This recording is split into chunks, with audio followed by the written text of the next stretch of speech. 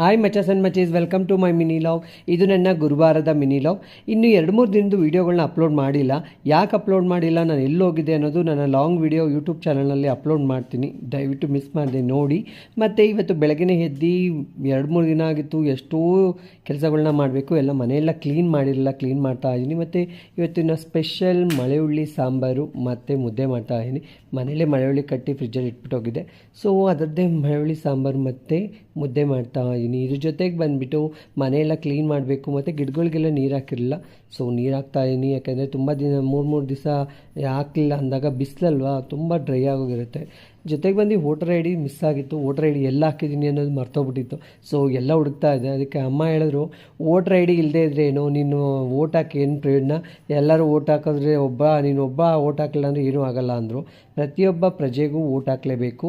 ನಾವು ಭಾರತೀಯರು ವೋಟ್ನ ಮಿಸ್ ಮಾಡಬಾರ್ದು.